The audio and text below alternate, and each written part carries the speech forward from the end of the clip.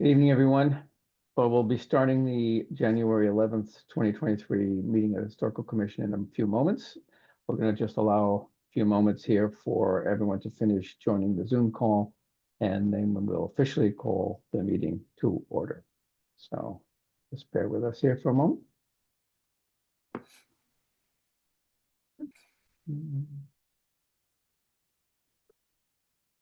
And let's see.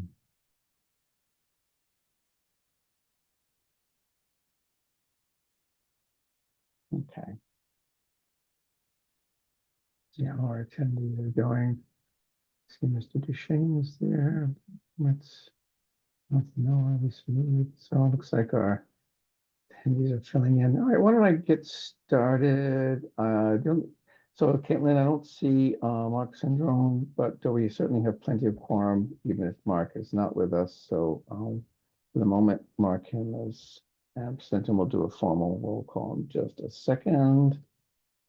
Okay, so this gives us a chance to check everyone's audio. So Andrew Bernhardt, you're here, right? Here. Yeah. Okay, Biff Paus. Yes. Okay, Chris Sautel. Yes. Yep. And Christopher Fay. Yes. And am I correct, Christopher? You prefer Christopher to Chris? Is that correct? Chris Fay? No, Chris is fine. Oh, okay. Yep. All right, Alan Markey. Here. Okay, thank you, Alan. And Joe Morgan. That'd be Joseph. I'm just kidding. It's Joe. Wise guy. And the chair is Glenn Richards speaking, and that's all of us here. So we have 1, 2, 3, 4, 5, 6, 7 in attendance. Okay, so we will officially begin the meeting. We'll call Ed Neumer and Mark Syndrome absent for the moment. And we also have Caitlin Solomon and Gretchen Joy, the note taker, on the call. Most people are familiar with the Zoom format, so I'm not sure if we'll have a public comment period tonight, but if we do, I'll review the instructions for how that works at that time. In the meantime, just the panelists here have their audio enabled, and the attendees will be enabled when it's their turn to speak. Now, first item on tonight's agenda was listed as 11 Greenleaf Street. However, we don't really need to even deal with that. What happened in a nutshell was that you might remember a meeting, either last meeting or the one before, that came up. We dealt with it. We thought everything was hunky-dory. We gave them, actually, we ended up approving their plans to proceed. However, it turned out there was some technical problems with the way the meeting was noticed and so on. So that, well, you know, just call it legal technicalities. So, and then so it was re-noticed again, but there was a problem with that one. And then so the long story short, the time period within which the ordinance calls for the commission to act has passed. So you know, it's pretty much water under the bridge at this point. But it doesn't really affect anything we decided, in the sense that we were okay with the plans as they were submitted, but and so they're going to go ahead and proceed. So unless there's any question on that, I'll just move on to the next item. Does anyone have a question? I'm seeing not. Okay, so we'll get to a more meaty topic here. 27 Carter Street. I see Mead, Tellerman, and Costa is representing. So let's see who will be speaking for. I see Lisa Mead is here. Ms. Mead, will you be addressing us? I will. Thank you, Mr. Chair. Okay. All right. So Lisa, if I maybe sounds formal, I think you know the drill here. So we're going to focus first on the historic significance. Well, let me just say one thing, Ms. Mead. I was reviewing the ordinance, and in the definitions it says that as to what is a historic structure, it's this, or there's 3 possibilities: A, B, or C, and B is quote, if it's quote listed as contributory to Newburyport Historic District as of August 2, 1984, that means it's quote historic. So it kind of almost seems like our vote is almost, I don't know, unnecessary. Do you have any opinion on that, Attorney Mead? I do. I think for for that reason, and also it's more than 75 years old, right? So I think that it Mhm. automatically qualifies, but part of the ordinance is also that you have the historic information. So I'm happy to just flip right through to the Okay, plans, but I do think you do need to take a vote that it is yeah. I was planning historically to, significant. So you can just, I would, if I'm not going to go through this at your discretion, I would like to point out that I did have an error in the filing. It's not in this presentation, but we said the earliest plan that it appeared on for the Sanborn maps was 1894. It's actually on the 1888 plan too. oh, okay. Well, would you like to hit the high points or? Sure, yeah, it won't, it really goes to your point, Mr. Chair. If you could just go to the first slide. So the property was constructed, somewhere between 1850 and 1870. It's clearly more than 75 years old, and it's also listed as contributory. So you can go to the next slide. So we like to point out and provide to the city for their records, the historic Sanborn maps, and show that, in fact, in this instance, the footprint is pretty much the same, as far as you can tell, certainly from the Sanborn maps, from 1888 forward. So you can go down to the city's assessor's map, that one right there. So carrying all the way through to the 1924 assessor's map, and we still have the same footprint on the assessor's map. And then if you go to slide 9, there we go. So here is the view from Carter Street. Not atypical of these, I don't know, Mr. Chair, you might call them something else. Sometimes we call them shotgun houses along Carter Street. Here's the front view. This house has needed some work for a while. They've already started to work on it, obviously, on the inside, but next slide, please. And here's a view going down Carter Street on the south elevation. All of those details, Al is on here. He's also the architect, which I think he's on the telephone. He had problems logging in, but the details around the doors you'll see in our plans are going to stay. So you'll like that. Obviously, all the corner boards and freezer boards and everything are all going to be restored as well. Next slide, please. And so here's a view from Carter Street for the north elevation. Not unusual, given how close it is to the house next door, right on the property line. We don't have really very many windows there. Next slide, please. And here's the back. This is important because this is where we're proposing the second story addition over this one story section in the back right now. Next slide, please. And then just a neighborhood view in its context, the board likes to see. So we actually, the 29 Carter Street is a broadside house on the street, which is unusual for Carter Street. And then you see 27 right beyond that. Next slide, please. And here's 25, the house next door to the south, to the north. Next slide, please. And then the opposite side of the street, you have obviously very similar houses along Carter Street. Next slide, please. And then just a little bit closer up as you're on the sidewalk, and you can see 25A Carter Street. Next slide, please. Again, a neighborhood context photo further down the street. Next slide, please. Across the street, again, there's 30 Carter Street. Again, very similar looking houses. Next slide, please. And then we have 34 Carter Street, again, similar looking style houses across the street. So with that, Mr. Chair, and I meant to say I'm here on behalf of 27 Carter Street LLC, and my name is Lisa Mead of Mead, Tellerman, Costa, 30 Green Street in Newburyport. Thank you. Sure, thank you. Attorney Mead, did you happen to notice, I meant to try to pay attention, on those Sanborn maps, did that little addition, one-story addition in the rear, did that seem to be there the whole time, or was that? A form of that did. Obviously, I don't know if it's the same thing. I will tell you, and we can talk about this as we go through it, that one-story addition has all kinds of lumber in it. And the windows, which I'll show you, and I think we submitted this, are plastic Mhm. casing. So, I think it's old for sure, but it has been modified significantly numerous times. Okay.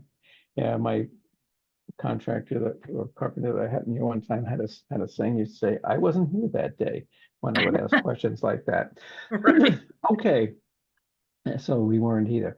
All right. Does anyone have a question for Attorney Mead at this point on historical significance? If not, we can take a vote. I think the motion would probably be that the structure is historically significant and considered for preservation. We can take a vote on that and then go from there. Anyone care to? Just, I have just a curiosity question. Do we know the history of, I know a lot of these homes were speculative homes for the workers at the mill. I believe James Blood, I want to say is his name, owned or purchased a bunch of those. Do we know about any more of the history behind the home? Mr. Chair, through you. So, Yeah, go ahead. off the top of my head, Mr. Baus, I don't have the title in front of me. We did do the title, but I don't have the name of the original owner. That when typically we see that when we see the deed and it says with house thereon or a building thereon, and I just don't have that in Right. front. I just know that I've seen many of the maps in that area, like starting from the 1851 map that list that just show like names along with the houses on the map. So I didn't know if any of the map that you guys had found had listed any names like that. I don't think these Sanborn maps have the names on it. Sometimes Caitlin, if you go to the assessor's map, sometimes the assessor's map might. Yeah, not usually on the Sanborn, but exactly. Some of those, and some of the earlier ones too. But I was just curious if you'd seen the name, because I know that many of the homes along that street were all built in, or at least owned by the same Dennis Shea. person. So Yeah, it looks like, yeah, Dennis Shea. But that would be in 1924. Yeah, that's 1924, right? Sure. Anyway, thank you for that. I just was curious if that was found in any of the map research. Thank you. Yeah. You're welcome. Yeah, I think to the best of our knowledge, nobody of great historical significance apparently dwelt there. Or anyway, okay. Any other? Again, either a question or the motion would be in order. I motion that the property is historically significant. Okay, Andrew? and can I include and considered for preservation? And for preservation, yes. Yeah, and 2 considered. votes, okay. Yes. Well, we can combine those two decisions into one. Is there? Yes. Okay, so the motion is structure is historically significant and considered for preservation. Is there a second? I'll second that. I think that was Christopher Fay. Yep, I think I got in under the wire there. Okay. Okay. So we'll go around with voting. Andrew, your vote, Andrew Bernhardt. Yes, Andrew? Okay. Yes. Biff Baus. Yes. Okay, thank you. Chris Sotell. That's a yes. Okay. Mr. Sandrone is not here. Mr. Fay. I'm going to be a no Okay. on the preservation of it, if you need to know. I'll come back to you on that. Alan? Yes. Rocky? Yep. Okay. Joe Morgan? Yes. Okay. And the chair is yes. So did you mean by that, Chris, that you feel it's historically significant, but does not need to be considered for preservation? Or Correct. Oh, okay. Since we're combining the two, yeah. Yeah. Okay. Well, that's okay. Usually, okay. Yeah. I don't want to prolong things. Okay, so that is done. Let me Just taking a minute here to make sure my notes are all going to be correct and everything. Okay, 1 second. So now we have a demolition plan review, which is where we get to see exactly what's going to be demolished and what's going to be rebuilt. And there'll be a public comment period as part of that. And hopefully this time the meeting has been properly, all the abutters have been informed and so on and so forth, and everything will be just hunky-dory on the legal front. Will you be doing that, Attorney Mead, the presentation of the demo plan? I will, Mr. Okay. Chair. Yes. All right, well, why don't you go ahead and proceed with that now? And we did double check on the dates related to the notices, so I think we're all set on that. Okay, good. Next slide, please. So the proposal is to renovate the existing structure, to remove the roof in the rear addition and construct a 1-story addition on top of that. So it would be 2 stories, but still subservient to the main structure. The addition will add 220 square feet of floor space, 210 of which is usable, and then 258 square feet of wall area, mostly not visible from Carter Street. The main roof line, of course, will not be disturbed, and we can talk about that in a little bit. Only about 38 square feet of it will be able to be seen from Carter Street. The rear addition remains lower to the main roof, and the existing placement of the 4 light windows will be complemented by similar placement on the addition. Next slide, please. The current addition, as I indicated in my presentation to begin with, is a mishmash of a lot of different things. However, we're going to obviously keep it and respect the way it is attached to the house. In fact, the shape of the roof is merely going to be lifted to the 2nd story, not the roof itself, but the shape, and that same shape will be used on the new 2nd story roof. And as I show in a picture that I submitted with my plans, just as an example, the windows are basically plastic casings. So next slide, please. So the footprint of the house doesn't change at all. So here's the site plan, and other than going up on top of that 1-story addition in the back, that's all that happens to the footprint. Next slide, please. So we have the existing on the top of this sheet. And as you can see in the bottom left-hand side, Al has indicated where the new addition is going to be in the back. We're going to show you what that's going to look like in a minute. And similarly, on the south elevation, on the right-hand side of these plans, you'll see how the new addition gets placed on top of the existing 1-story addition. Next. Can I just interrupt? My slides aren't moving. Am I the only one? Apparently, Andrew, right now I'm on slide 24, which shows the. Okay, now mine just moved. I don't know why. Okay. Shake your laptop. Okay. Right. Next slide, please. So here's another drawing on the bottom left. You can see what it looks like from the backyard, and you can see that that roof shape, which is essentially a hip, just gets lifted up. And similarly, on the right-hand side of this, you can see the north elevation where that addition is. You also see there's a little change in the window pattern on that side, but still nominal windows on the right-hand or the north side of the house. Next slide, please. Actually, before you go, maybe Mr. DiBiaso can talk to this in the cross hatching and the outline of the lower left here. It looks like the roof has a straight ridge, not the hip that is there now. So maybe that, I don't know if that's an artifact of the drawing here, but maybe. Why don't we get to why don't we look at the other drawings, and then if you can't see in the other drawings, then I'll have Al type in to see what that. Okay. Okay. Yes, please. Next one, Caitlin. 26. Thank you.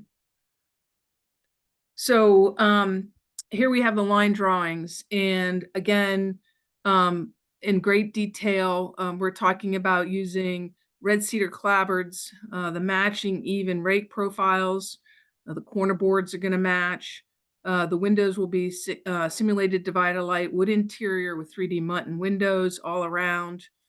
And I'm gonna and you can see, as I pointed out earlier in our original presentation, that door on the south elevation, which of course is the main entry door, is all going to be preserved and restored. And then, as we also indicated, you'll see that the 4 lights in the addition, to match the existing structure, as opposed to that 2/2, those replacement windows, will be installed. Next slide, please. Does that answer your question, Mr. Chair? Can you see there? Yeah, and it's the same as I said before. You see that Oh, the I see the new- flat versus the peak. right. Yeah, it doesn't So- have the hip. It just has a regular, roof ridge, which is Yeah. not, as far as I'm concerned, it's not a problem. It just, since you Okay. had brought it up. So I apologize for that Yeah, misdescription. No problem. Um, But it looks like So- you may have been referring to the what they call it, the pitch, which does look appear to be the same. yeah, okay. Thank you for saving me. No problem. So again, this is, you can see that it's lower than the existing roof. And you can see how on the right-hand bottom elevation, the north elevation, the addition complements what's there. Again, you see it carries over the same clapboards, the same corner boards, the rakes. I don't think I've missed any other detail. Again, we have the Okay. 2/2 windows that are in the back as well.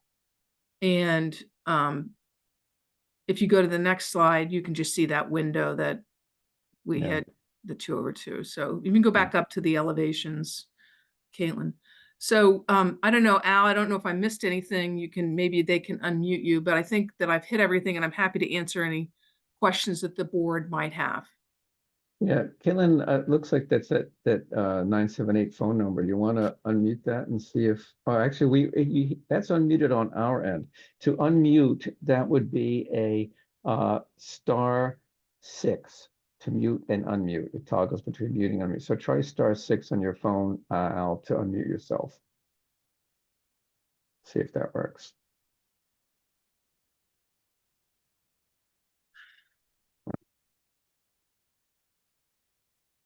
I guess not, assuming he can hear us Right, anyway. well, if there's any questions, then I can text with him, so Okay.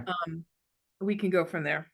Okay, well, let's see if any of the panelists do. So we will have a public comment period, but what we'll do is the usual procedure is, well, first, any clarifying questions, anything that popped up among the panel here that want clarification before we go to public comment? I see Chris, your hand is up, Chris Hotel. Yeah, hi. Quick question. I noticed that the chimneys were going to be removed. I'd like to know why. Yeah, sure. So one of them, and again, Al could, I can maybe get a text here from Al, but one of them is in really, really bad shape. As Al described it to me yesterday, he's surprised it hasn't caved in on itself. And the other one, it's not in great shape either. And it's a very small house, so they're gonna, use the floor space by the rearranging of the interior layout. Yeah, I was going to comment on that, Attorney Mead. Chris, if you look at they're not in this presentation, but the floor plans that show the interior layouts kind of tell the story about that. And basically, existing right now, there's fireplaces, or at least they're outlines of one on the drawing anyway. I don't know what's actually literally still there and usable, but anyway, on that side of the house, there are two chimney systems with one or more fireplaces, and a stairway to get to the second floor is like right in the middle of the house, kind of perpendicular to the front entry wall. Whereas what they want to do is have more of an open plan, especially on that first floor, And all that masonry is planned to be eliminated to allow that to happen. So because the stairs are going to, in fact, on the lower right of this, the drawing we're looking at here, this slide 27, you can see the outline of a stairway. That's the proposed new stairway, which would be along that that north wall there. So hopefully that helps answer your question. I personally, you know, we don't have jurisdiction. I'm not sure if that's the right word, over interiors per se, but I think it would have been preferable if the architect could have figured out a way to, you know, keep some of the historic masonry and fireplaces and stuff. I mean, hey, it's a big selling point. It's the value, but Yeah, Al just, he basically said not salvageable. They're a right. wreck. Yeah. Well, judging from, you know, haven't seen him, but yeah, that's credible, put it that way. Thank you, Chris. Any other clarifying questions among our panel here? And if not, we'll have a public comment period. Okay, I'm not seeing one. Okay, so let me quickly review for public comment. It's just like any public meeting, but on Zoom, what you do is you use *9 to raise or lower your hand if you're on a telephone, or if you're on like a tablet or laptop or whatever. There's controls within the Zoom meeting to raise or lower your hand. So use that so we know that you would like to make a public comment. When you hear us recognize your name, you know, we'll unmute you on our end. You'll need to unmute yourself on your end as well. Again, using the Zoom controls, or if you're on a telephone, it's *6, and just give your name and address per any usual public comment, and you can say your piece. So with that, we'll open the public comment period and give a few moments to see if any member of the public is here and has something to say. And I don't have any hold music, so sorry, we'll just have a lack of entertainment while we wait for anyone to raise a hand. I've got a feeling, judging from the relatively few people in the attendees list here, we probably won't be having anyone. And I'm still seeing no hands. Mr. Chair, while you're doing that, I meant we did have a letter of support from the immediate abutter, who was very happy with what was happening and the communication he's received from my client. Oh, okay, good. All right, well, I'm going to close the public comment period and note that there was none, because I'm still not seeing any hands go up or any interest as far as anyone who's here in the meeting. So do you know the name of that abutter? Well, it's not critical. Was it 29? The one was at 29. Oh, okay. And that's part of it's in the viewpoint system. Oh, okay. Yeah. Okay. Yeah, I was just going to see if they were in the on the call. Okay, so then it's public comment period. So we'll have a deliberation among ourselves here and about the deciding whether to impose a demo delay. The way this works, just to refresh everyone's memory, is excuse me, the next decision is we've already decided that the structure is historic and considered for preservation, but that doesn't necessarily mean it needs to be preserved, as we discussed with Christopher Fay a minute ago. So we have to decide if it's preferably preserved, and which would impose a demolition delay. Preferably preserved. The way the ordinance is written, it's really kind of geared around demolition, not so much renovation or restoration, which really seems to be the way things typically go here in Newburyport because of the value of these properties. So, so preferably preserved would impose a demo delay. We can then take a second vote whether or not the plans are acceptable and as is, or with suggested modifications.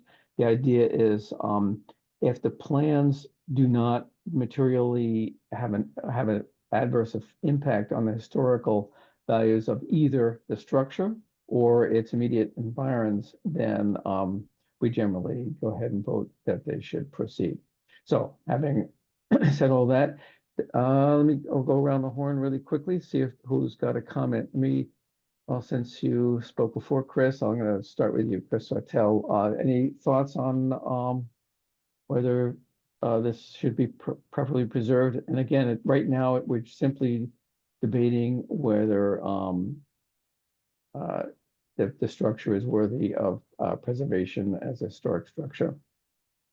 Yeah, it is worthy by all means for preservation. Mhm. And looking at the designs and plans for what's to get done, I believe, in the nature of it, if that addition had to come down to go back to the original house, it doesn't affect the house. So Oh, yeah, the addition in the back, if that, yeah, if that gets rebuilt, yeah. And, yeah, and I would agree, I think it's always, we always hate to see, old masonry go by the wayside. But it does sometimes get to a point where it's either for a number of reasons, economic or otherwise just not worth trying to keep it, especially if it's not really interesting. Historic nature in itself, like some huge massive chimney in an old house and that kind of thing. So but other than that, I would agree that as far as what people will see from the outside, I don't really see much of a harm being done here. How about the other Christopher, Chris Fay? Any thoughts on this? No, I don't see, like I said before, it's historically significant, but I don't see it as a remarkable sort of structure, especially considering the neighborhood context. It seems like the addition is pretty consistent with stuff that we've approved in the past. Yep. So I have no real issues with it. Yeah. Thanks, Chris. I would agree that I wouldn't call it an architectural jewel. However, it's architecture is more kind of the place it keeps on that streetscape that they were so kind as to provide. You can see how it's a whole almost unified streetscape. They were probably all built right around similar time for a similar purpose, and they're all kind of similar. It's just kind of it's a thing. Joe Morgan, any thoughts? I agree with you entirely, Chair. I think the building has absolutely no architectural interest other than like maybe the side entrance. But I think it is a typology that really fits into that streetscape. The streetscape is extremely interesting on Carter. It's a scale and a rhythm that I think really, in this case, it does merit a vote for preservation. Right. Just to make an architectural comment, personally, I really find it very awkward to have a sloped roof intersecting a gable on the rear there. So, I mean, I'm not going to impose my preference, but I would just say that I would go for a flat roof there and just sort of reinforce the eave line and not try to deal with that crazy detail that they're going to have to work out at the rake there. So, but my opinion is yes, it should be preferably preserved. Yeah. Okay. How about Biff Bells? Any thoughts? Yeah, I think the building really is important as far as the streetscape and the neighborhood in general. These were all built around the same time and for the same purpose, and the scale and the size of them and being the intimacy of that street is really part of the architectural charm of it. I think the only thing that I see concerning with the addition is the loss of some of that window in the top middle there, and perhaps if that eave line was changed and it was more of a flat roof, as Joe is suggesting, that that could be almost moved up there. I doubt that the framing or the casing of that window is original. I'm sure I'm actually quite familiar with the home. I doubt it's much of the stuff on there is original construction build, but the scale and the frame, the size of the home is definitely what makes it worthy, I think, for preservation. Yeah. Yeah, we seem to be all pretty much on the same page. How about Alan Markey? Any thoughts? I think the addition in the back is enhances it, frankly, and I don't have a problem with the hip Okay. move. So And okay, sorry, I didn't mean to cut you off there. And Andrew Bernhard, any thoughts from you? I'm good with it. Very good. 1, 2, 3, 4. Just figuring something out. Alan Marquis, you should be able to vote tonight. Let me see. 1, 2, 3, 4, 5, 6, 7. Yeah, because you can step in as the alternate since Mr. Cinderone is out, and also Ed Neumer. So you are eligible to vote on everything tonight. Okay, which I guess you already did in the historical certificates. Okay, if there's nothing else, would someone like to make a motion that the structure is preferably preserved? I move that it's I'll make- preferably preserve. Okay, that's I Andrew. heard Andrew first. And And I'll second that. Elizabeth. that sounds that's right. Okay. So okay, so going around the horn, Andrew, your vote. Yes. Okay, Mr. Baus, fifth. Yes. Okay, Chris Sartell. Yes. Okay, Mr. Fay. Despite some compelling arguments, I'm going to stick with the no. Oh, okay, that's fine. Alan Markey. yes, Okay, Joe Morgan. Yes.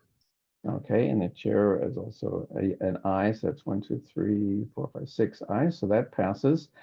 We've already pretty much discussed our thoughts on the plans. So unless anyone has any further thoughts or questions on that, we can probably take a motion to accept the plans as presented and lift the demolition delay, which we just imposed a matter of seconds ago. Would anyone care to make Cool. such a motion? I will make said motion. Okay, that sounds like this. Okay, and is there a second for that one?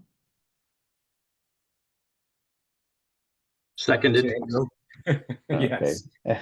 Okay, I heard Joe first. I've just Okay, been working too hard. okay. Andrew, well, your work isn't done. You've got to vote on this motion to accept the Right. plan as presented and lift the demolition delay. Yes. Okay, thank you very much, Biff Baus. Yes. Thank you, Chris Sotel. Yes. Okay, Chris Fay. Yes. Okay, Alan Markey. yes, Thank you. Joe Morgan. Yes.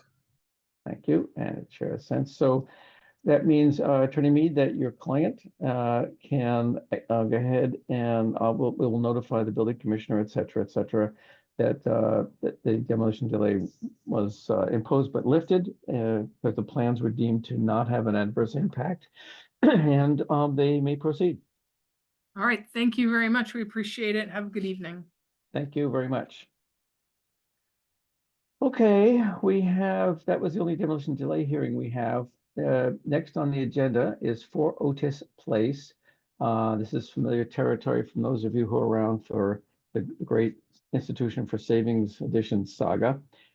This is 4 Otis Place. This is a small house that is right smack on the property line with the institution. Is Mr. Duchesne? I thought I saw him in the attendee list. Let's see. And Attorney Duchesne, you're talking where you're unmuted on our end. I think you're probably unmuted on your end. So I'll just introduce this topic and then I'll let you speak to it. So basically, there's a project here on the property, and because it is in the downtown overlay district and happens to be in a commercially zoned area, or in terms of the zoning, it needs a special permit from the planning board, just like the large addition to the bank did. It was interesting. I happened to check on that because I remembered something in the ordinance about trying to exempt, private houses and so on.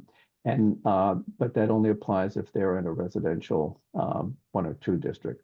So having said that, what we'll do is hear about the property, and we will need to create, when I say we, generally ends up being me, will create a report for the planning board, informing them as to the historical significance and so on. It's up to them to weigh that along with many other factors that they take into consideration as to whether or not to issue the permit.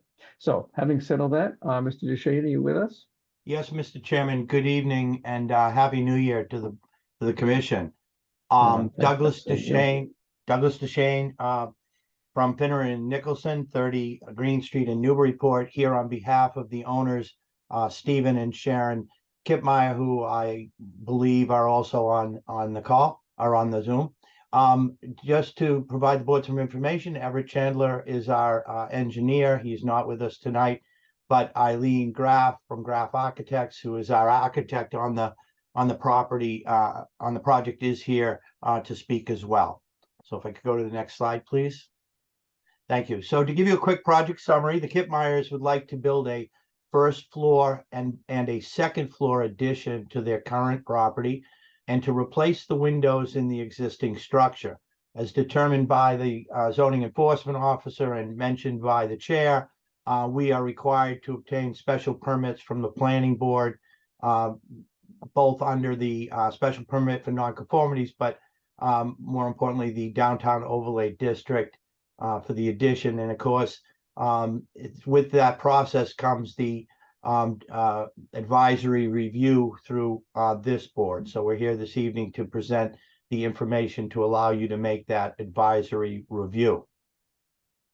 If we could go to the next slide, please. So the existing structure is a relatively small home at 1,288 square feet of living space. It's a 2-story single-family home, and again, as was mentioned, it is located in the Business 2 zoning district. The existing home and the lot is pre-existing non-conforming as to a number of dimensional requirements. The lot frontage is undersized at 42 square feet. The front setback is only 1.5 feet. Side setback is less than a foot, and unfortunately, that is the side abutting the Institute for Savings building.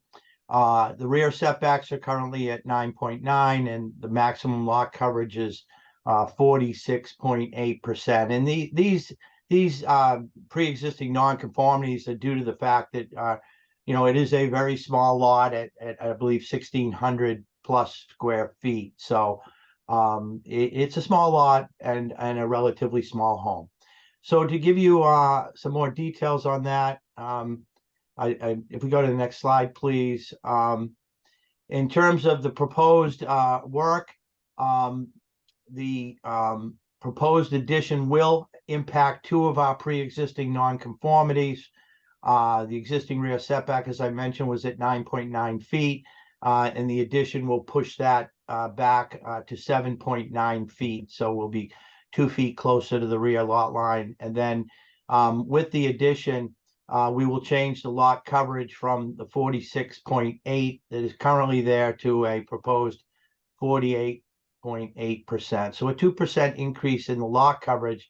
But again, that's a function of the small lot size. As I mentioned in the next point, the proposed addition is very modest, or additions, if you will, are modest in size in that they're providing an additional 160 plus or minus square feet of living space. And we're actually going to increase the footprint of the building by less than 33 square feet. So this is again, in my opinion, a modest addition. So to give you some pictures of the site, if we could go to the next slide, please. Oh, I'm sorry, I missed the most important point. I want to give you a little bit of historical information with regarding the property, and I will tell you that I obtained this information through the Macris and the Newburyport Preservation Trust plaque program, which my clients sought to be included in.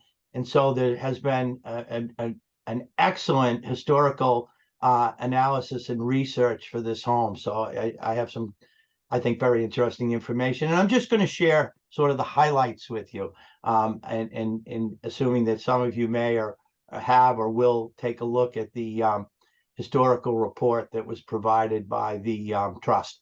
So Otis Place, the street was laid out back in around 1880.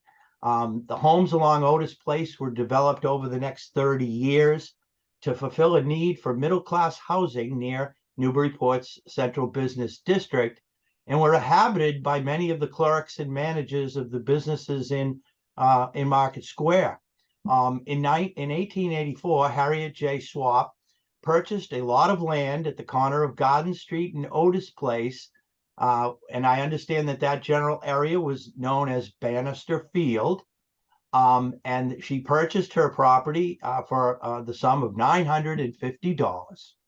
On that land, she went about building 2 homes, including the home at 4 Otis Place, with what I'm understanding is an architectural style known as vernacular Victorian.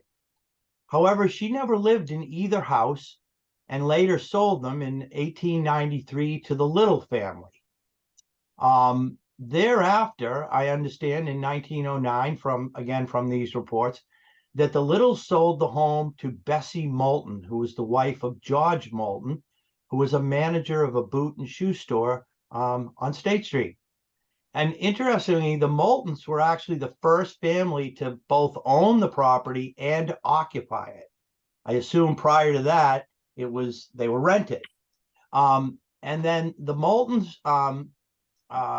held on to the house until 1919, so 10 years, and they sold it to the Clancy family, whose family then controlled the house until 1964. So, you know, the Clancy family certainly had the longest ownership of this property at nearly, 50 years, I guess, if I'm doing the math correctly.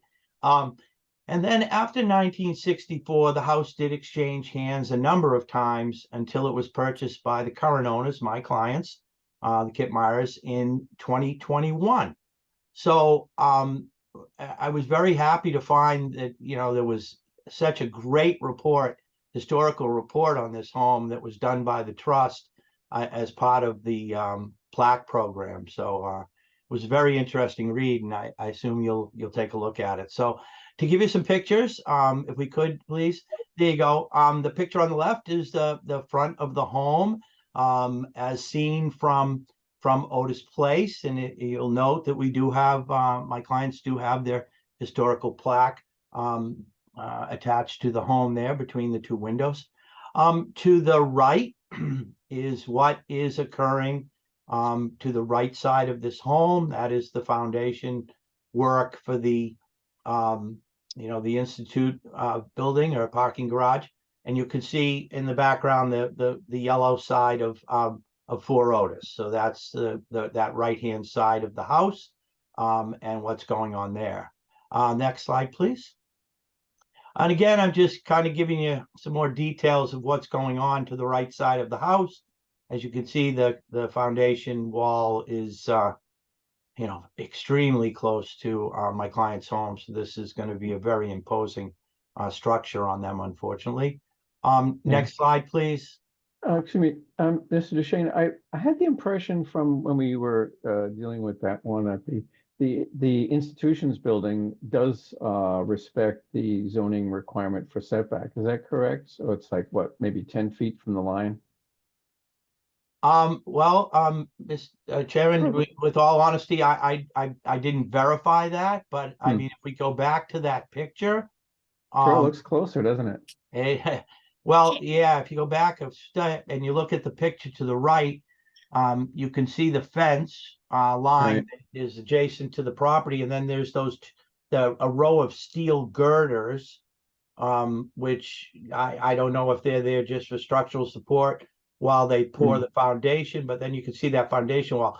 I would estimate that foundation wall has got to be, I mean, the girders are within 3 feet, 4 feet, and that concrete wall is probably 6. So I'm not sure what the zoning was or is relative to their construction, but it's pretty close.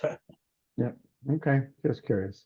All right. So if we can just jump down to the next one, and then again, these are the last pictures over there, and the one on the right-hand side shows you the view from Otis, and you can see the corner of 4 Otis there and to the left. Now moving around the home, if we could go to the next set of pictures, this is a picture of the left-hand side of the home, taken from the neighbor's driveway, if you will, and then the picture on the right is a picture over the fence, and you can see where the entrance door is on the side there for Otis, and the patio that exists there today.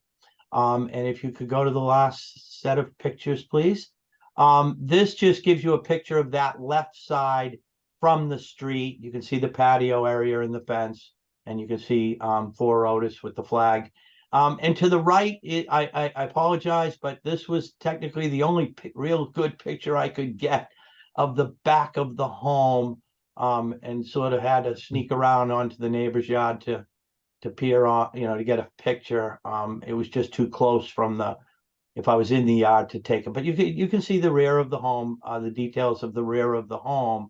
And while I have this picture, our proposal is to essentially add a second-story addition above that bump out you see, that 1-story bump out. So to add a second story above that, and then over in the right side, the corner where there's nothing, we are proposing just a 1-story addition that fills in that corner. So the last picture, which is the next slide, please, is actually a rendering of the house, and you can see to the rear, that is what the proposed addition will look like from the street. And in fact, you would have to go down the street as far as this picture represents before you can really see that addition. However, I can't even opine as to, if you'll even be able to see it once the institution building is built in that corner.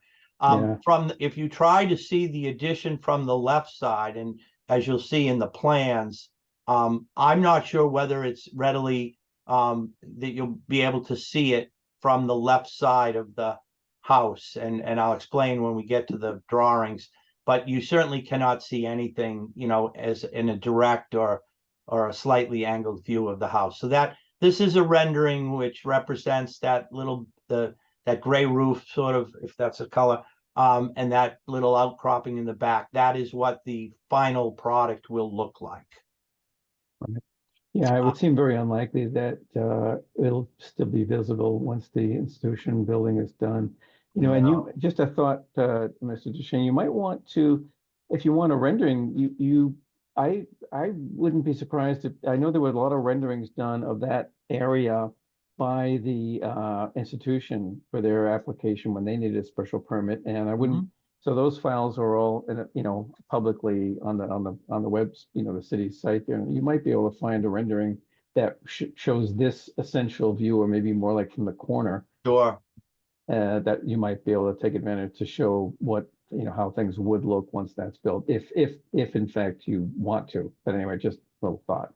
No, that's an excellent suggestion. Thank you. However, I mean, rather than going through the trouble of trying to do that, we thought it would be, I think it's interesting to show the board that even if that building were never built, this addition is not intrusive or damaging to the character or view of the house in any event. So I guess I'm showing you worst case scenario because personally, I don't think it was a bad situation. So, but you are correct, sir. It's doubtful you'll even be able to see this at all. But anyways, we wanted to show you what it would look like in the event they decide not to build that building.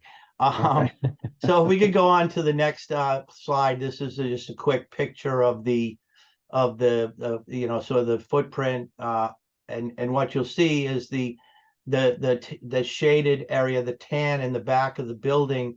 The long rectangular piece represents the addition that is proposed over the existing 1-story addition that exists today. And then the square box to the left represents a 1-story addition that we are proposing. So when I say that we're Mhm. proposing a 1-story addition, that is that little box. Right. And the 2nd-story addition is the rectangular section that will sit on top of what's there today. And again, and then the back is just the stairway. You might be able to tell that we're actually cutting the stairs in half. The existing stairs are quite wide, and we're going to cut it down to that narrower stairs as shown. And again, I'll remind the board that we're talking about a total increase in footprint of only 32 plus or minus square feet. So very little alteration to the footprint. Next slide, please. Okay, and Mr. Chairman, with your permission, I would like to ask Eileen Graff to just go over the existing and proposed plans. I mean, she is probably much better at it than I. And Eileen, are you available? I'm here. Yes, thank you. Thank you. Good evening, Mr. Chair and members of the commission. So Doug did a great job in explaining most of the project, but I'll just reference these line drawings just to sort of walk through other changes that you will see, which is including replacing the windows. So on the top 2 drawings, those are existing.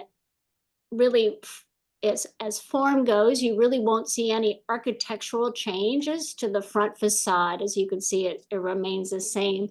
The goal in the only change you will see is that these windows, while they are not original, they're replacement windows. They just want to update and improve the condition of the windows just to be well insulated. They also want to bring back, as you can see on the top drawing, they're 1/1s, and to bring back some divisions and bring in a 3-dimensional mutton in there. So replacing them with 2/2s where the proportion is accurate. You could see in the bay that those are sort of longer, skinnier windows. So it didn't seem appropriate to divide those with 2/2s as well. So those will remain in the 1/1 configuration, but replaced with a modern day window we've specified Pella or something equal, and we've submitted the profile for that with the city. So and we have that submitted in our application. But that's the front elevation. If we turn to the side where the entry is, this is a southern side, mostly a blank facade. Oh, sorry, Caitlin, if we could just stay on that other one. Yes. I know it feels weird as a front, but that is the front door. And so the front door will remain, and that's a historic door there. There to the bottom, speaking of the bottom right drawing, this elevation is best to see the 1-story aspect that we're adding, the 33 square feet that we're talking about for a change in footprint.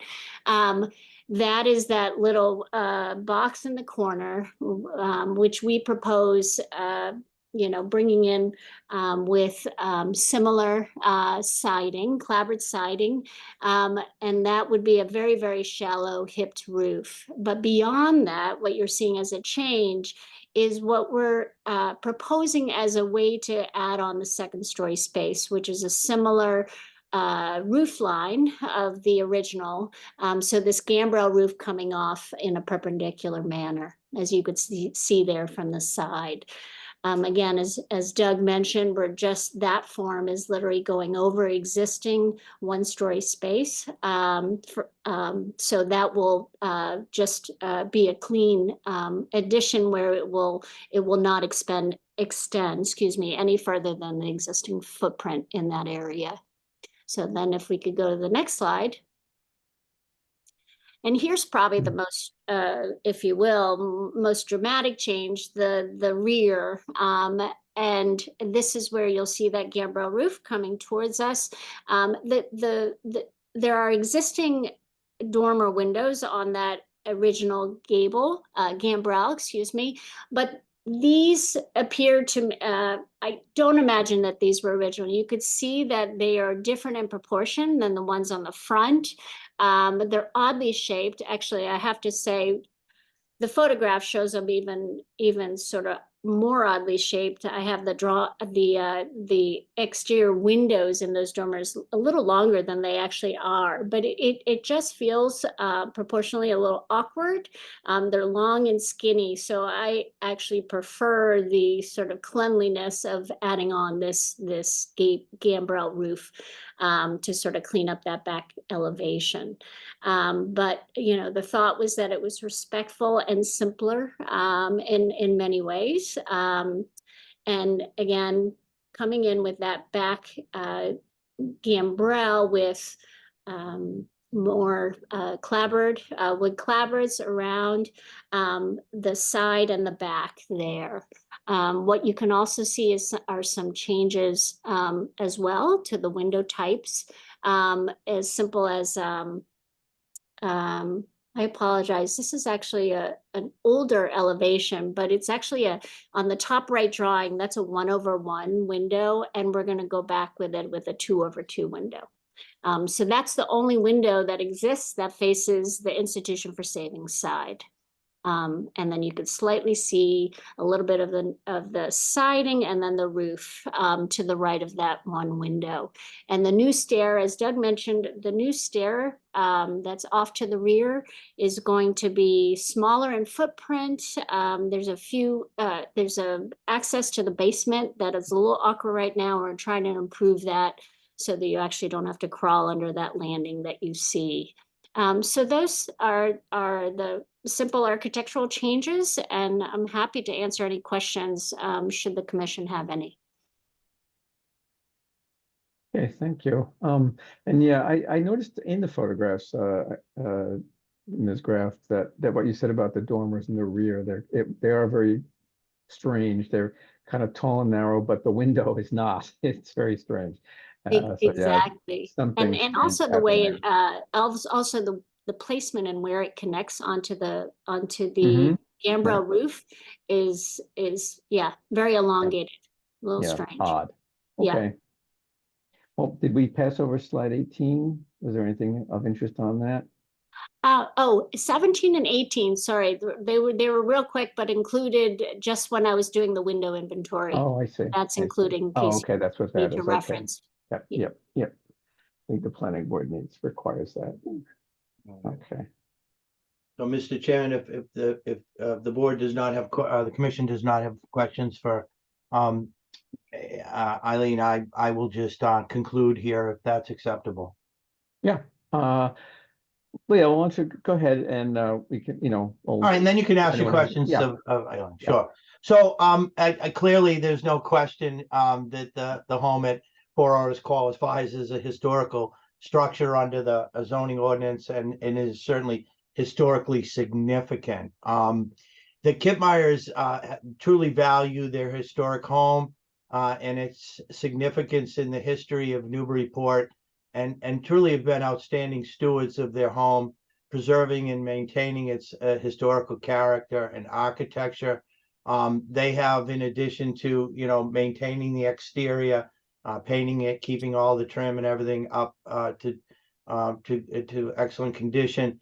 They actually went about to replace the sidewalks, the driveway, and the rear patio, which were constructed of asphalt and concrete pavers with more historically correct brick.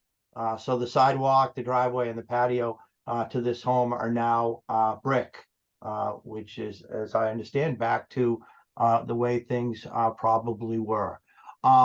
They also were responsible for reaching out to the Newburyport Preservation Trust in an effort to document the history of their home and to archive that report with the Newburyport Preservation Trust, and worked with the trust to actually be part of the historic home plaque program.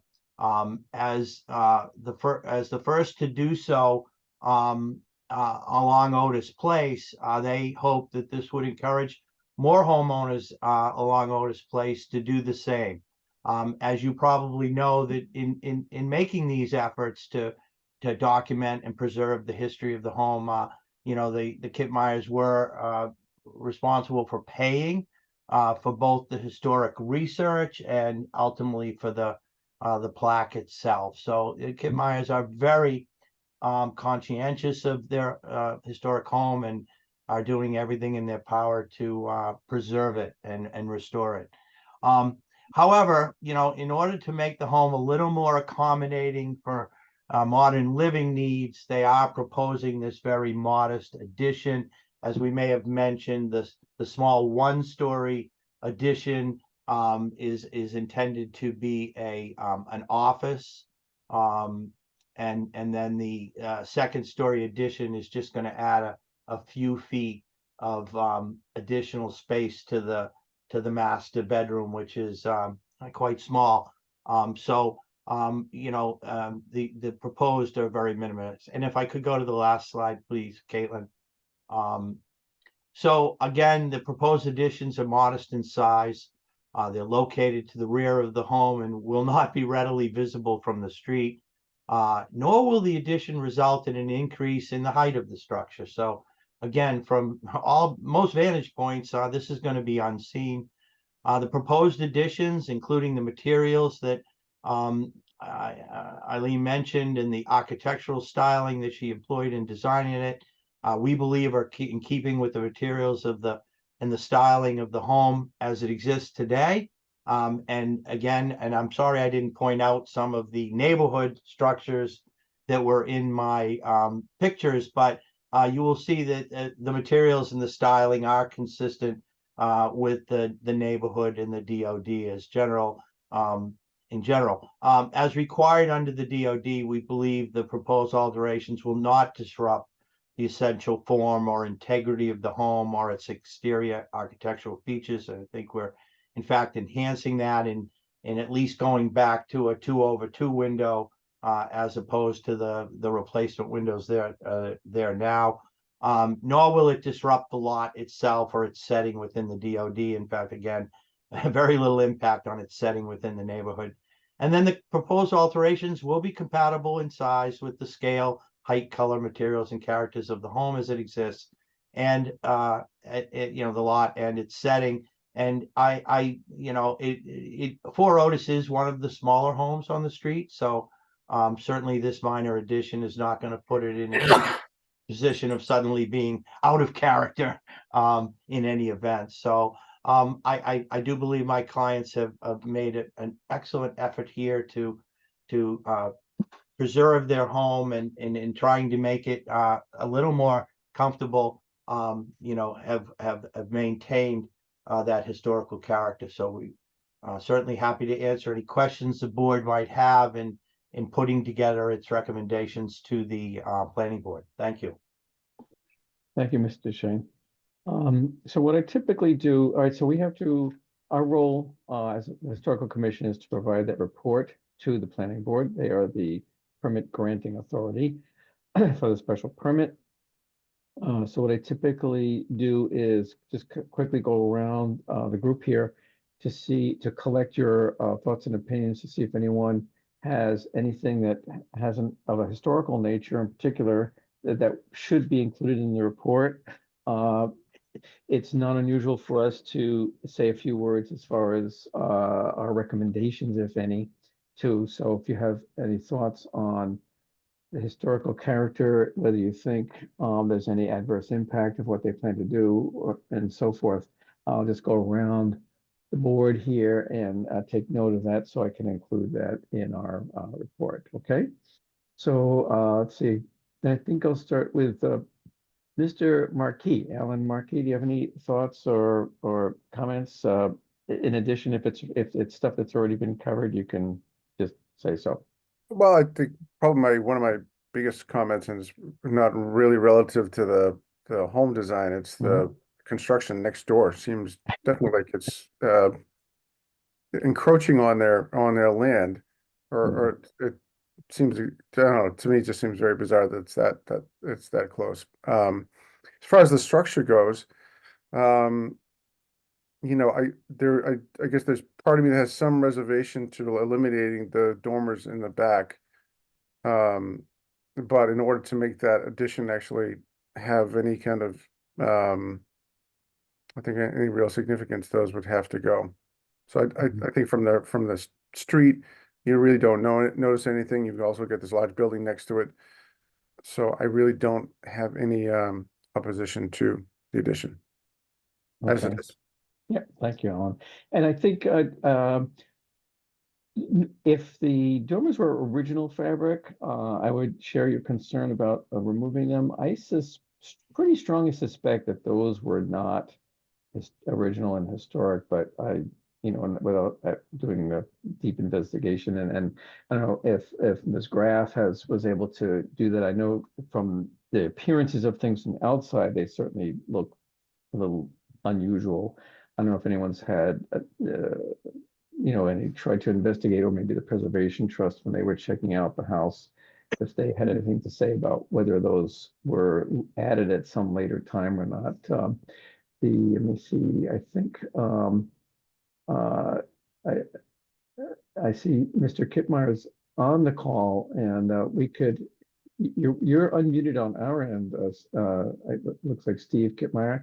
If you have a comment on that, you're welcome to address that if you happen to know anything about that particular. Yes, hello everyone. We do not know Okay. any of the details of the history. Okay, from the structural. Or the dormers, but we. Right. Okay. All right. Well, thank you,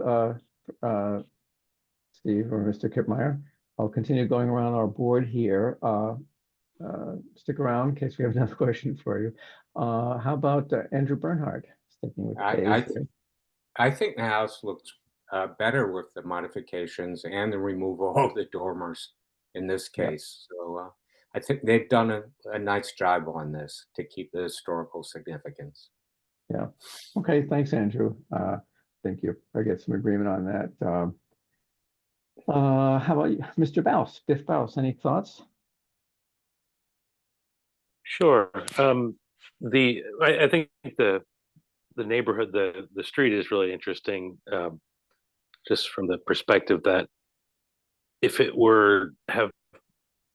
these houses would have been built 20 years ago, it would have been, or 10 years ago, it would have been called, it would have been labeled as infill sort of housing, which essentially it was the time, it was almost all of it, as the history of this one, they were built as speculative housing for, to sell to renters, which is kind of similar to our last house we were looking at, actually, in that respect.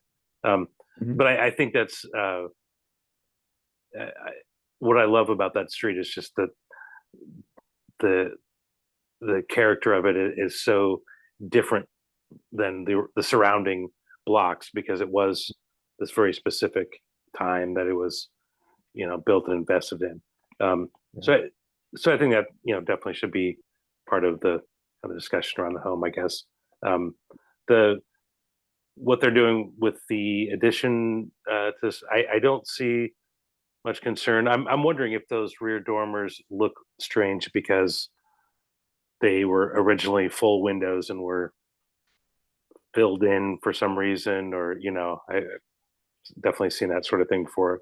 But I think the size and scale of it, and especially knowing what's happening next to it, that unless you are in that little 10-foot bricked in space in the back, nobody else is gonna, other than the neighbors out the window, are gonna see that. So I think overall it's respectful to the streetscape, and like I said, I think that's what's really key to this house and the houses on the block, is just the overall style of it, and the real diversity and character and color on that street. I think is really interesting.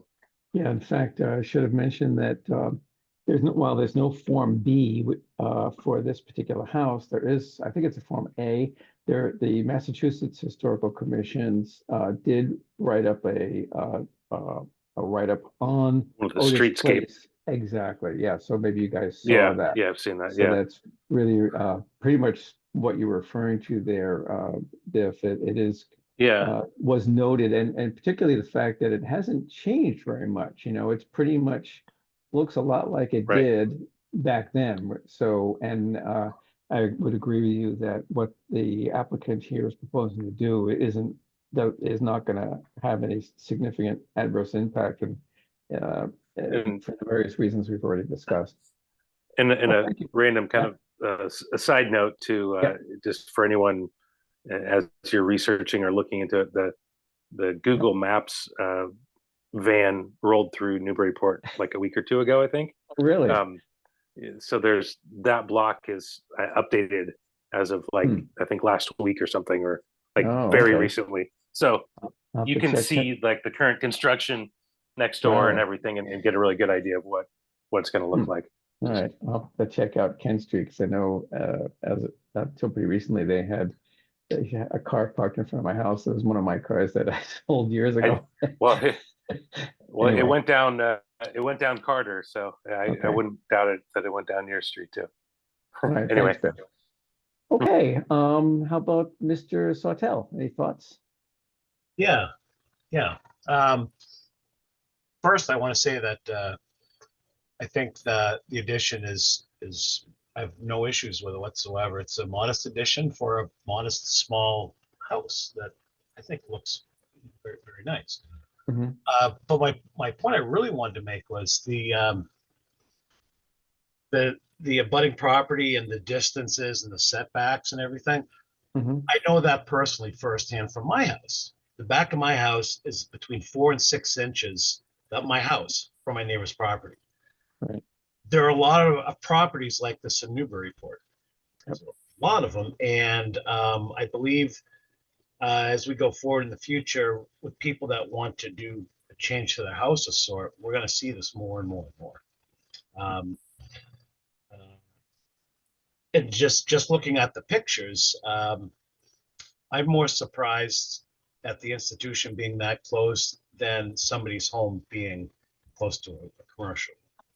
And seeing the wall there, it's a little concerning. But my point being is that the setbacks, the distances, and everything, I think we're going to see more of that coming up. I don't think that really should be a hindrance, providing there's a hearing, of course, we can see all the information at once, and that something like this shouldn't just be an automatic cutoff. That's Yeah. just opinion. Yeah.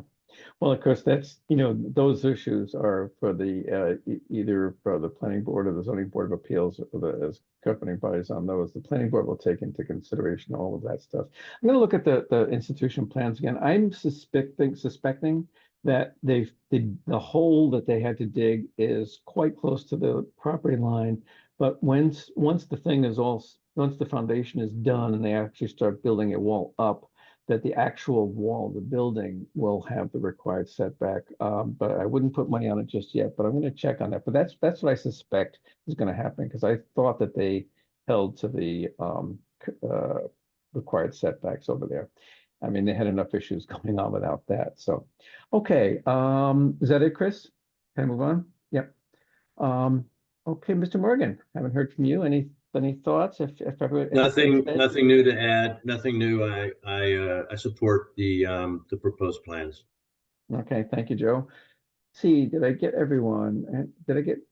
Yeah, I got Andrew, got Alan, I got Biff, Chris Hotel, Christopher Fay. Christopher Fay, did we hear from you? Anything you want to add?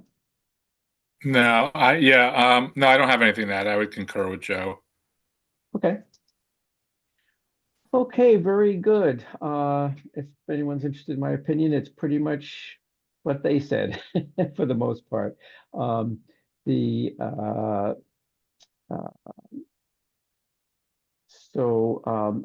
been taking notes on your various thoughts and opinions. I think I hate to say this in public because I feel like I don't want to be accused of plagiarism, but Mr. Kittmeyer, I may talk to you about getting my hands on the historical research that the Preservation Trust did to kind of crib my homework, so to speak, here. So because they usually do a pretty good job of handling all that. And I think I see a hand up on the case of Andrew Port. Andy, did you want to make a comment?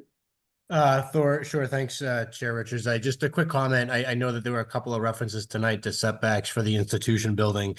And I know that there was some controversy over that particular project and some debate, over a period of time about what should be allowed there and how it turned out. But I just wanted to make it clear for the record, just because there's confusion.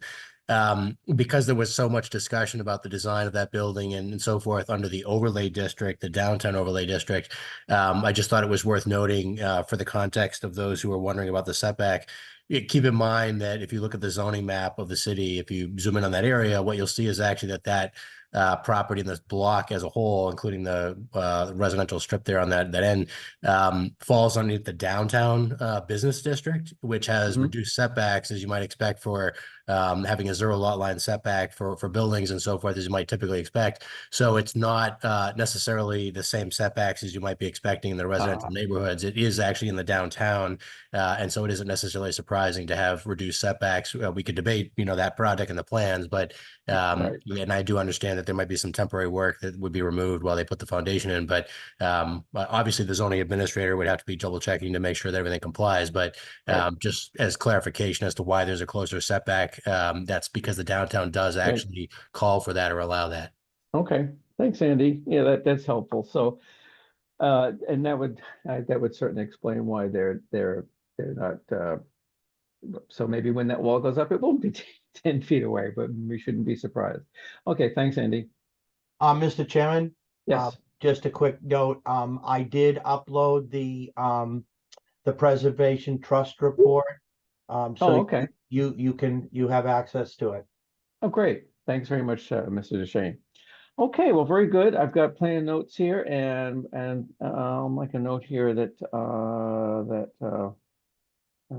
the NTT. By the way, when you go before the planning board, Doug, change your title slide to where it says, so they don't think you went through their plague program, but their plaque program. Oh, I'm sorry.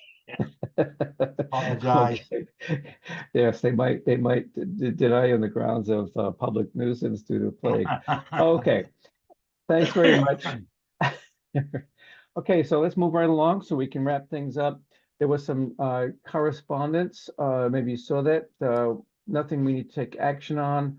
There was a very belated letter from the Mass Historic Commission on 30 Pleasant Street antenna installation, which is a project that's actually been, well, if not canceled, at least postponed indefinitely. So, but their comment that they didn't see an adverse impact is in a semi-moot.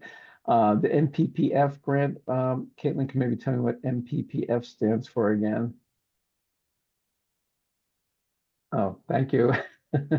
It's well, that doesn't tell me. MPPF. Yep, it's the Massachusetts Preservation Project Fund grant program. Okay. So, hey, and there's a Spencer Pierce Little Farm. By the way, just if you didn't already know it, on the day of the big bonfire, they're going to have tours available of at least part of that Spencer Pierce Little home, which is quite an interesting place. Okay, then, and thirdly, there was a letter from Mass Historic Commission on the Bartlett Mall Frog Pond project, saying that they didn't see any adverse impact. I hesitate to admit it, but I haven't had a chance to actually read that letter myself, but I plan to do so. Because that is obviously an ongoing thing, because it's got delayed and so forth, so that will probably be kicking around that project for a while. Okay, other than that, I have no updates from the chair, no updates from me right now. So let's get to the approval of the minutes. We'll start with the ones from the 11th. Chair? Yes, Jeff. Sorry. This is Joe Morgan. Can I ask a question? What did you say about 30 Pleasant Street? Oh, what I said was that I believe, Caitlin, correct me if I'm wrong, that the Mass Historical Commission looked over what they were planning to do and said they didn't see an adverse impact of that. I believe they condition. I believe they condition it on the final review by the Historical Commission, don't they? Okay, let's see. Provided that the following condition is met, the proponent shall receive written approval from. Oh, yes, you are quite right. It is conditional upon them getting written approval from us. So, so which we will be sure to. So we'll have to, you know, Caitlin and Andy and so forth. If and when that should come back again, it'll have to come before us to get our review and approval before they can do that. Because Thank my you, Joe. question is, I don't quite understand what they're doing. They're putting antennas. Presumably these are dish style antennas. No, what it What is- do they? What does this look like? Yeah, well, you mind if I'll correct me if I say anything wrong, Caitlin, but I think I know what it is they're planning to do. They already have, these are cellular antennas, Joe, and they are housed inside the structure of the steeple. So they have antennas or antennae in there now, but you don't see them from the outside because they're pretty well concealed. If you have binoculars and really, you know, scrutinize it, you probably could figure out that there was something going on in there, but and they wanted to make some changes. However, at the present time, there is no plan in place to move forward with anything. So right now, they're not doing anything on that. As long as we're on the subject of the Unitarian Church, as you know, from your prior work on the CPC, and as Biff knows, and I think the rest of us all know, that they are applying for grant to re-roof their meeting house, but that's replacement in kind, so no real significant change there. And there's only talk at this point about maybe can they do solar panels, but at this point, nothing concrete on that. Just talk and rumor. And yeah, so that's what that was, Joe. And Thank you.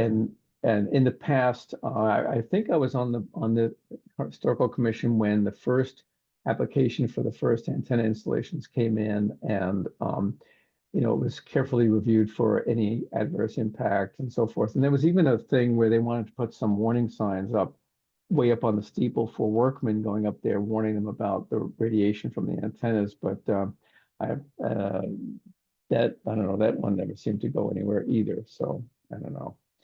I remember that one because I made a suggestion as to how they could put those warning signs in such a way that you would only see them if you were a workman climbing up there, and you wouldn't see them from the street.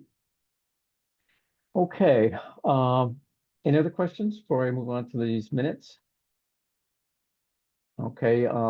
So first is the November 11th minutes. We didn't have a quorum to approve them last time. The only one who wasn't here on the 11th that wouldn't be able to vote is Mark, and he's not here tonight either, so I have to worry about that. So is there a motion to approve the minutes of the 11th of November, 2023? Yeah, this is Biff. Yes, I'll make a motion at the 11/11/2023. All right, seconded by? Second. Chris Sawtell seconds. Okay, thank you, Chris. So Andrew Bernhardt, your vote? Yes. Okay. Yes. Biff? Yes. Okay, thanks. Chris Sawtell? Yes.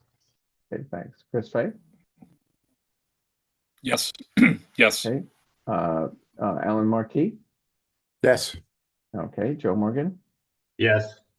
And chair is yes on that. So we are unanimous. That's 1, 2, 3, 4, 5, all 7 votes in the affirmative. And secondly, there is the vote to approve the minutes of the 14th of December. And there were some people. I wasn't there. Yes. So let's see if we have. I was absent also. Okay, I was so let me absent, see. Andrew. Yes, I'm eliminating absent people. So Andrew was not here. So Attell was not here. Faye was here part of the time, and Neumer was not here. But even without those, we have Biff, Alan Markey, Joe Morgan, and myself. We're all here. So we should be able to muster the votes to approve these. So is there a motion to approve the minutes of the 14th of December? Probably I'll make said motion as well. Okay, thank you. Biff, is there a second? Hearing the stampede of whatever, the chair will second it. How's that? I'm not sure. I don't think that'll be a problem. Okay, so Going around to the people that we know were here for the whole meeting, Biff Baus, your vote on that? Yes. Okay. Christopher Fay, I think you were there for most of the meeting, just move, so do you want to abstain, or did you hear enough of the meeting to? I'm thinking that you want to be on the safe side and abstain, or what do you want to do? I'll abstain, yeah. Okay. No, I'll abstain. Okay, Ellen Markey, Yes. okay, Joe Morgan, Yes. okay, and the chair assents as well, so Gretchen, we just squeaked by with 4 affirmative votes, that one does pass as well. Any last thoughts before we take a motion to adjourn? Just crickets. Okay. Does anyone dare to move that we adjourn? Move to adjourn. Chris Fay. Okay, Christopher Fay moves, we adjourn. Is anyone? Seconded. And Joe enthusiastically seconds. I've started a tradition of, is there any member opposed to adjourning? Speak now. Okay, by unanimous consent, I'll declare the meeting adjourned. And what time is it? 8:31 p.m. Thank you all for your time and attention. Oh, wait, I gotta say something. I'm kidding. Oh. I'm just kidding. Just kidding. There's one in every crowd, huh? Yeah, I know. All right, I well, know. thanks very much for your time and attention. And till we meet again, I hope you do have a prosperous, healthy in 2024 for the new year. And thank you once, as always, for your service. And I bid you all good evening. Good night, guys. Thank you. Good night, everybody. Good night, Good everyone. night. Thank you, Chair. Good night. You're welcome.